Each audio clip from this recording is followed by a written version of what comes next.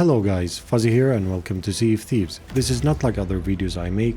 Here I captured insider footage to let you know what to look out for before getting into the ASHEN Garrisons. Because, as I was testing, to make my usual seasonal guide video, there are a few things to point out that require their own attention.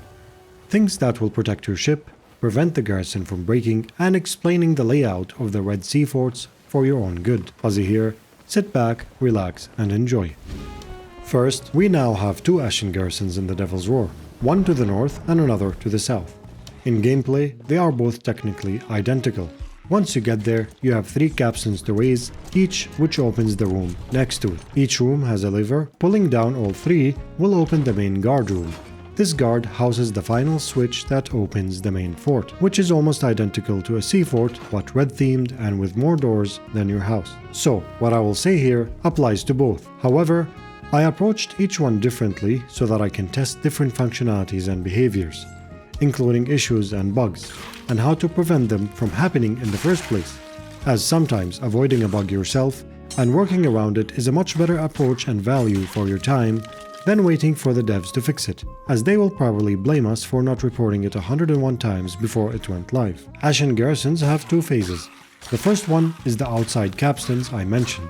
But once the doors opened, you get the reskinned sea fort with skeletons. Now each door you open will give you 2 waves. The first wave of skeletons and another with the garrison keymaster. Each time you kill the keymaster, he drops a key that opens one of the 5 doors. Keep in mind, there's also the vault key, the treasury key, and the storeroom key. So 8 doors, if I'm not mistaken, but the count doesn't really matter. Here's what you should be aware of.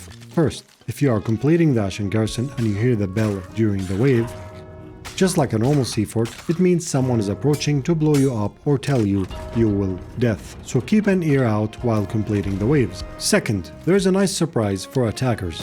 If you are planning to borrow others' loot instead of completing these yourself, once approaching on your rowboat or long swim, get a harpoon gun. You can harpoon yourself all the way to the top and borrow the smuggler keg to send their ship all the way to Shores of Plenty.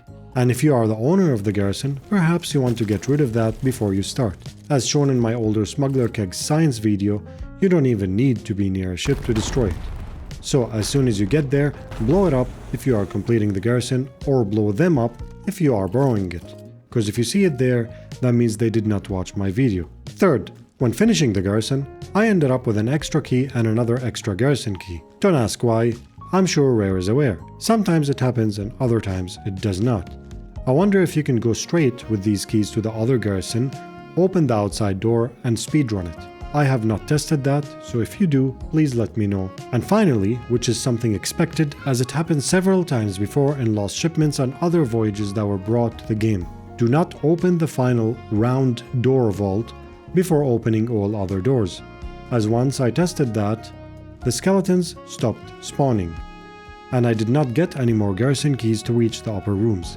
So if you get this key for the final room, place it in front of it on the floor, clear up all the top doors, then return to open it. And last but not least, these garrisons make a great bone collar farm for your other commendations, so keep an eye on these crates and make sure to spam them wisely.